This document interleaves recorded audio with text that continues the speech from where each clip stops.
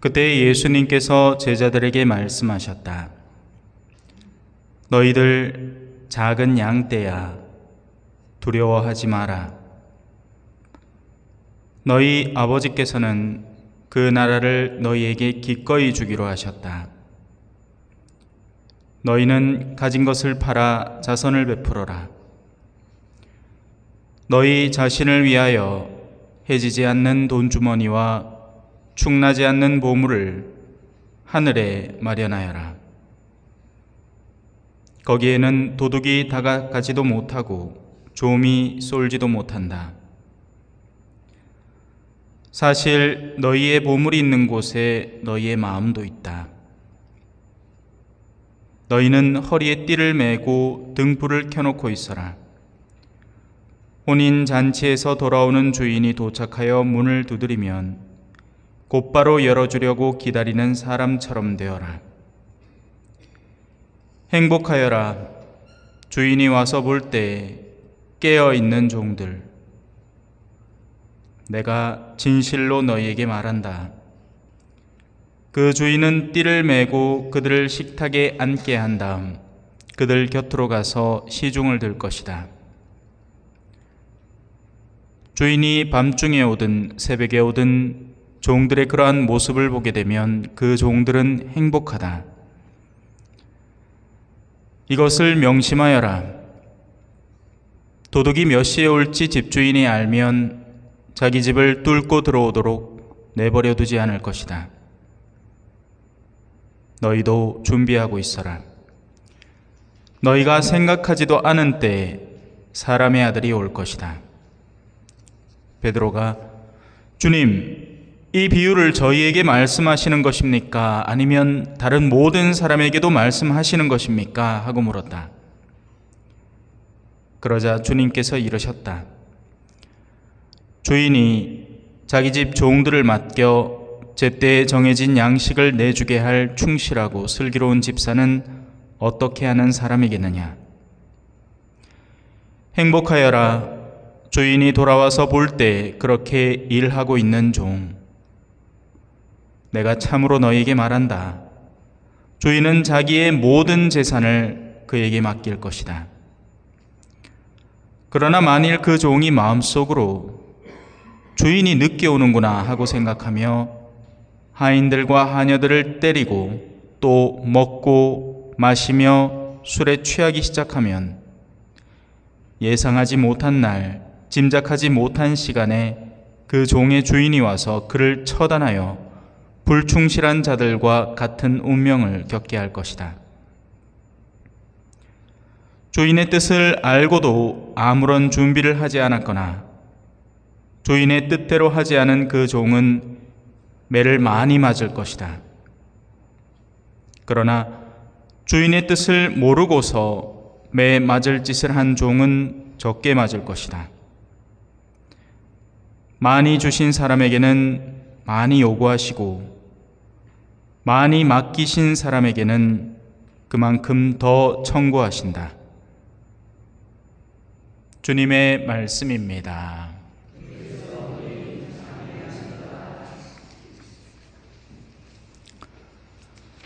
천미 예수님, 한 주간 잘 보내셨습니까? 오늘 처음 독서한 우리 친구들 독서 잘했지요? 박수 한번 쳐주세요. 특히나 이 독서한 친구는 세례받은 지 얼마 되지도 않았는데 오늘 첫 독서라 가지고 긴장하는 모습이 역력하더만. 그래도 잘 읽었어요, 그죠? 또박또박. 자, 오늘 1독서를 한번 천천히 뜯어봅시다. 물고 뜯고 씻고. 재밌습니다. 지혜서, 나중에 집에 가서 한번 천천히 읽어보세요. 과연 지혜서라는 건 뭘 두고 지혜서라고 하는지. 그러면 이제 하느님의 섭리가 나옵니다. 하느님이 역사 안에서 어떻게 일을 하시는지, 어떤 의도로 일을 하신 건지, 그 마지막은 어떻게 될지. 지혜서라는 건 똑똑함을 증가시켜주는 책이 아니라 하느님의 뜻을 이해시켜주는 책이에요.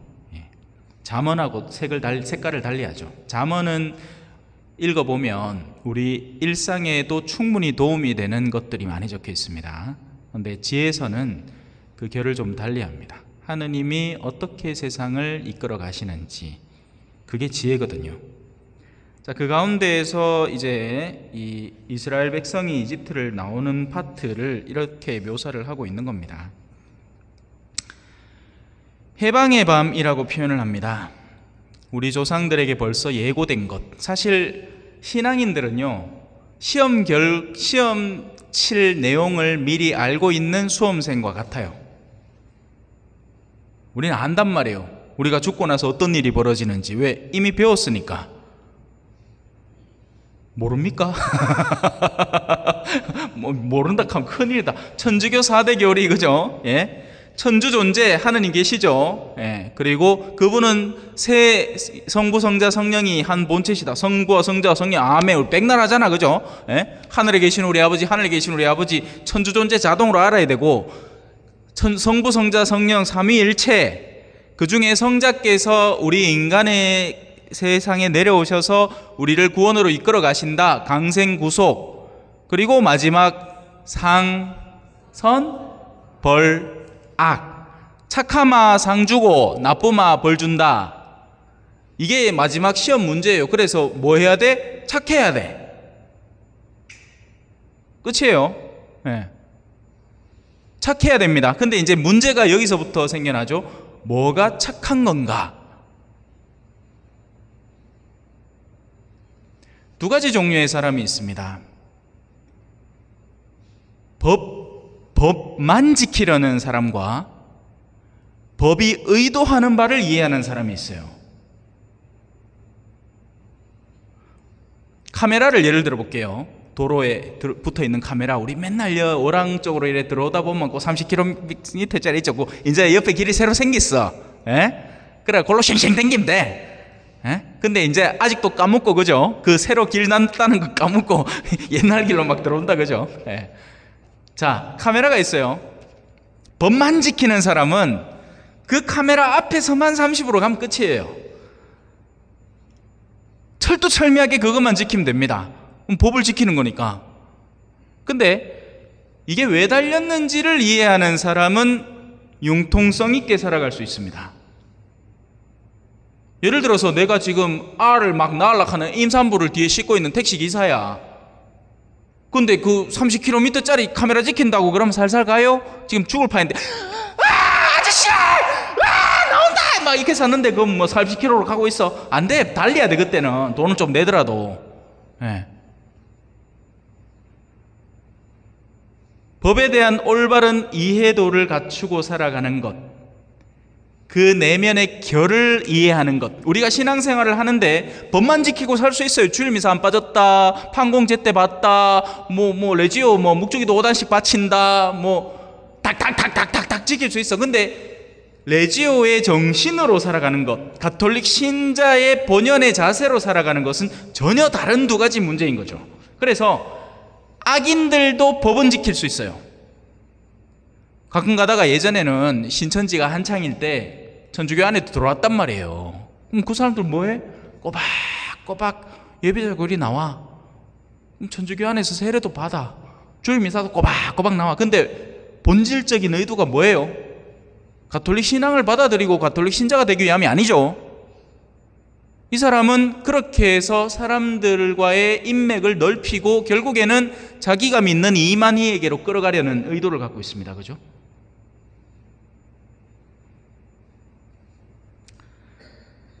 우리에게는 이미 심판의 요소들이 다 낱낱이 알려져 있습니다. 어떻게 해야 올바로 살아가는가? 그건 착해야 한다는 거예요. 선해야 한다는 거예요. 그리고 그 선하다는 것은 하느님이 본래적으로 의도하는 바를 이해하고 닮아가는 것을 의미합니다. 그래서 적지 않은 이들이 나중에는 깜짝 놀라게 될 거예요. 이게 하느님의 뜻이었어요? 이렇게. 내 딴에는 신앙생활을 열심히 한다고 했는데 사실은 하느님의 뜻과는 동떨어진 채 껍데기만 지키는 신앙생활을 한 사람들이 나중에 놀라게 되겠죠. 반면 나는 참 부족하고 모자라고 뭐 교회에서 요구하는 것 다 철두철미하게 지키지는 못해도 그 내면이 하느님이 의도하는 바를 올바로 이해하고 있던 사람은 기뻐하게 될 겁니다. 그 이야기를 하는 겁니다. 여기서. 자, 그래서 해방의 날이 저희 조상들에게는 벌써 예고되어 있습니다. 이미 예고된 밤이에요. 그 날이 올 것이다. 마지막 그걸 우리는 이제 쉽게 말해서, 그러니까 쉽게 말하는 게 아니라 신학적으로 얘기해서 우리 교회적인 용어를 써서 종말의 날, 심판의 때 이렇게 얘기를 하는 겁니다. 그때는 반드시 옵니다. 그들이 어떠한 맹세들을 믿어야 하는지 확실히 알고, 헛된 맹세가 아닙니다. 하느님이 진짜 우리에게 궁극적으로 약속해 준 맹세를 믿어야 하는 거죠. 그건 바로 4대 교리 중에 하나, 상선벌악, 그리고 그 선과 악을 주관하시는 분의 외아들이신 예수 그리스도의 이름을 믿는 겁니다. 그분이 우리를 구원해 주신다는 현실 자체를 믿는 거죠. 그렇게 해서 용기를 가지게 해야 하는 거예요. 왜? 이 세상은 끊임없이 우리를 절망하게 만들거든요. 야, 니 돈 있어? 오빠, 돈 있어? 오빠, 집 있어? 뭐 이런 거 있대요. 젊은 사람들이 하는 거, 유행하는 거 중에 하나래. 여기 분위기가 그게 아니네. 아무도 저 젊은 분은 그래도 살짝 이해가 되는가? 예? 그런 거 있어요. 오빠, 돈 있어? 예. 세상은 우리로 하여금 그렇게 되지 않은 우리를 인식시키면서 끊임없이 우리를 타락시키고 전락시키려고 합니다. 영혼을 타락시키려고 하는 거예요. 아, 내가 아직 돈을 더 벌어야 되는구나.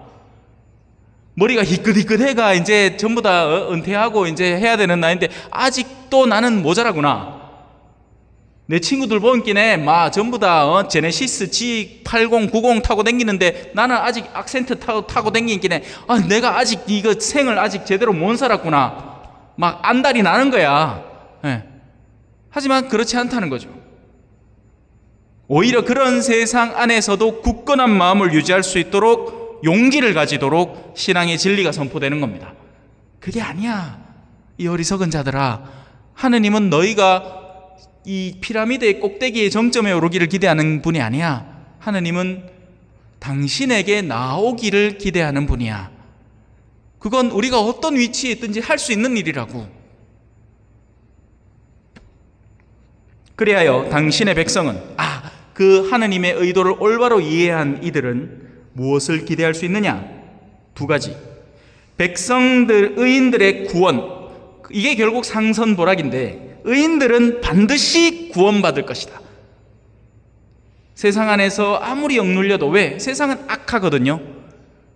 세상은 악을 조장하고 세상은 의로움을 가치 없게 만들어버리려고 합니다. 전부 다 예를 들어서 결혼하기도 전에 막 서로 성관계하고 막 하는 세상에 나는 그렇게 안 살겠다고 하면 이게 착함으로 인정받는 게 아니라 멍청함으로 치부받습니다. 우리 동네 분위기로 치면 동네 노인들이 전부 다 저 다방 아가씨 한 명씩 알고 있고 막 하루에 한 세 군데씩 댕기야 내가 그래도 머스마로서 제일 하는 사람이다 막 이렇게 인정받는 가운데 나는 그런 데 안 간다. 우리 신부님이 그런 거 가지 말랐겠다. 그게 더 존엄한 삶이라고 우리에게 알려주셨다. 그런데 자꾸 물들고 길들어가면 음탕함에 빠지고 타락하고 그런 삶은 몹쓸 삶이라고 했다. 그런 삶이 자랑스럽고 다른 사람 앞에 뻔지르르한 삶이 아니다.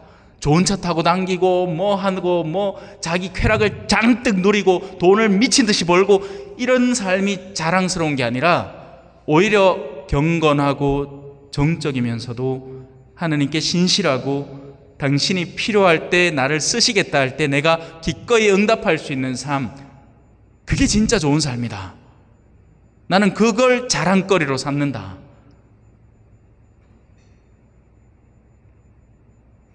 그래서 의인들은 반드시 구원받는 겁니다. 반면 원수들이 있으니, 그래서 이 세상은 재밌는 게요, 의인들과 원수들이 같이 살아가는 겁니다. 우리가 이 코에 숨이 붙어 있는 이상은 이 현실에서 완벽히 해방될 수 없습니다. 그런 세상은 존재하지 않아요. 그런 유토피아는 없습니다. 부자들은 언뜻 자기들이 돈을 많이 벌면 담을 높이 쌓고 그 어떤 누구도 자기가 사는 범주 안으로 쉽게 못 들어오게 만들어버리죠. 그러면 거기에 유토피아가 생길 거라고 생각을 하는데 어마어마한 착각이죠. 네. 우리는 부자가 안 돼봐서 부잣집을 잘 모르잖아요. 근데 사제가 되는 것 중에 장점은 가난한 이들과도 함께 살지만 부자들의 삶도 얼마든지 같이 느껴볼 수 있다는 겁니다. 왜냐하면 부자들이 고충을 느낄 때 누구하고 이야기하겠어요? 신부님 찾는 거예요. 네. 부자는 그럼 돈이 많아서 걱정이 없어야 되겠네? 아니야, 그 때문에 걱정이 더 많아. 그리고 그 돈 때문에 자식들끼리 싸움 나고 막 탐욕 부리고 막 극하는 통에 속이 더 시끄러워. 차라리 없으면 서로 측은지심으로 서로 돕고 산단 말이에요. 제가 선교 현장에서 느낀 거죠. 자, 그러다 보니 의인들은 반드시 구원을 받고 원수들은 반드시 파멸에 이르게 됩니다. 하지만 우리가 숨쉬고 살아가는 이 세상에서는 그 둘이 같은 영역을 공유하면서 함께 살아가죠. 그리고 여기서 한 가지, 저 혼자 맨날 재밌죠. 재미있는 현실은, 자, 이 구절을 한번 잘 들어보세요.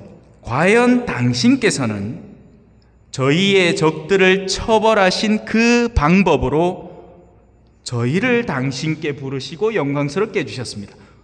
이게 무슨 말이야? 예를 들어 빗자루로 쓸어 담았더니 그 효과가 한 측에서는 좋게 나오고 한 측에서는 다르게 나온다는 얘기예요. 이게 무슨 말일까요? 예를 들어서 내가 바퀴벌레다. 그러면 어떤 환경이 좋겠어요? 더러워야 됩니다. 맞죠? 내가 바퀴벌레면 환경이 더러워야 돼. 습하고 더럽고 곰팡이 피고 어둡고 그래야지 환경이 좋아. 근데 갑자기 거기에 강렬한 햇빛이 쫙 들어온다고 생각해봐요. 내가 바퀴벌레면 죽는 것 같은 느낌이 들겠죠? 왜? 나는 습해야 되는데 햇빛이 들어오니 습기가 사라져. 나는 곰팡이가 많아야 되고 더러워야지 그 쓰레기들을 먹고 사는데 햇빛이 들어오니까 그게 점점 맑아지고 깨끗해지고 없어져. 그럼 나는 갈수록 그 심판의 빛이 증오스럽게 느껴지는 겁니다. 반면 내가 새라면, 내가 깨끗한 환경을 좋아하는 무언가라면 그 상황이 너무나 기쁘겠죠.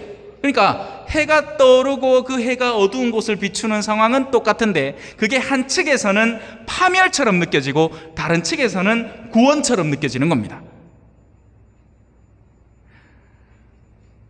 하늘나라가, 여러분, 우리 전부 다 하늘나라 가고 싶은데 못 갈 것 같죠? 그게 아니에요, 여러분. 착각하지 마세요. 우리 중에서 마음에 어두움이 있는 사람, 타락이 있고 쾌락을 즐겨하고 돈에 대한 탐욕이 있는 사람은 하늘나라에 갖다 놔도 하늘나라를 못 견딥니다. 거기에 네 거 내 거가 없거든. 나는 내 게 있어야 되는데, 나는 내 몫이 있어야 되고 내 시간이 있어야 되고 내가 누리고 내가 써야 하는 것들만 있어야 되는데 거기에는 그게 없대. 그게 무슨 세상이야? 이해가 안 되는 거예요. 우리는 하느님만 신뢰하고 그분이 우리에게 내 능력껏 허락하시는 대로 기쁘게 살아갈 수 있어. 그게 뭐야? 악인들한테는 그게 이해가 안 되는 겁니다. 지금까지 놀보신보처럼 내 거는 내 거, 네 것도 내 거 해갖고 막 자기 주머니를 불려야지 자기가 사는 것처럼 느끼는데 거기에서는 다 뺏기는 느낌이거든요. 타인을 위해서 봉사하는 느낌. 예를 들어서 오늘 오전에 성수를 했거든요. 우리 독서한 두 친구들도 같이 왔어요. 요즘 어떤 젊은이가 봉사로 옵니까? 다 지시간, 아니 심지어 자기 부모님한테 해야 하는 봉사조차도 안 하고 도망가려고 하는 세상에 툭하면 무슨 설캉스니 죽캉스니 해가지고 추석 때도 티 뿌고 설에도 티 뿌고 뭐 해외여행 가는 건 즐겨가면서도 자기가 해야 되는 의무에서는 최대한 뒤로 물러서려고 하는 이 세상에 왜 시키지도 않은 짓을 하냐고요. 왜?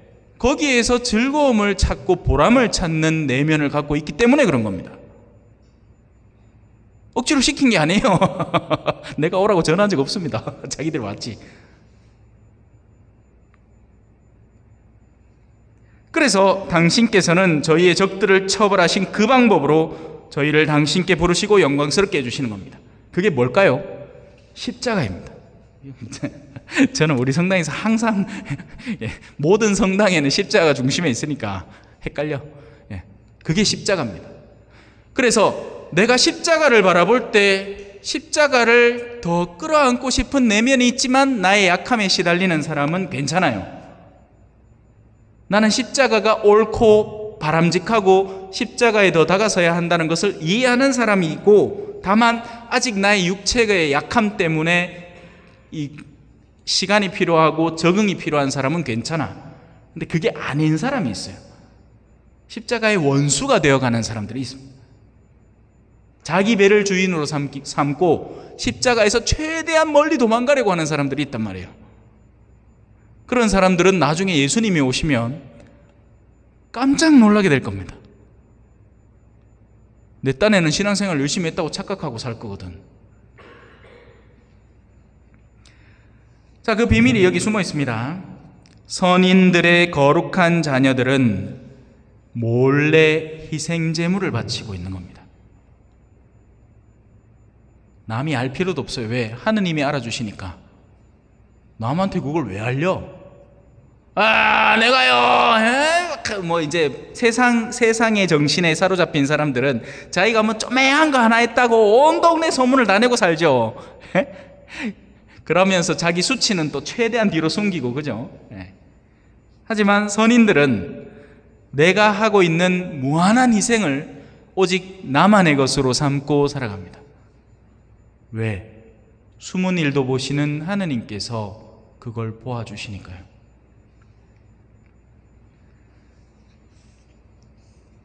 그래서 그 의인들의 내면은 모두 동일하니 한 마음으로 하느님의 법에 동의를 한 상태고, 그 법은 거룩한 이들이 모든 것을 다 같이 성공도 위험도 같이 나눈다는 겁니다. 다만 여기에는 실패는 존재하지 않습니다. 위험은 있을 수 있어요. 하지만 실패하진 않습니다. 내면이 양선한 나의 양들, 여러분들의 주임사제에 대해서 고유한 생각들을 다 갖고 계시겠지만, 제가 궁극적으로 여러분들을 어디로 이끌어가려고 하는지에 대한 동의가 있는 분들은 충분히 제 양이 될 자격이 있습니다. 그게 아니고 제가 법적으로 초전성당의 주임이라서 어쩔 수 없이 여기 앉아서 듣고 있을 수밖에 없는 사람들, 그들은 양은 아니겠죠, 그죠? 그래서 예수님은 당신의 양들을 그렇게 추스리는 겁니다. 너희들 작은 양떼야, 두려워하지 마라. 너희 아버지께서는 그 나라를 너희에게 기꺼이 주기로 하셨다. 그러니 이 내면의 자세와 태도, 제가 의도하는 바에 충분히 동의하는 분들은 훗날 저와 함께 영원 안에서 새롭게 만나서 이 기쁨을 나눌 걸 확신할 수 있습니다. 잠시 묵상하시겠습니다.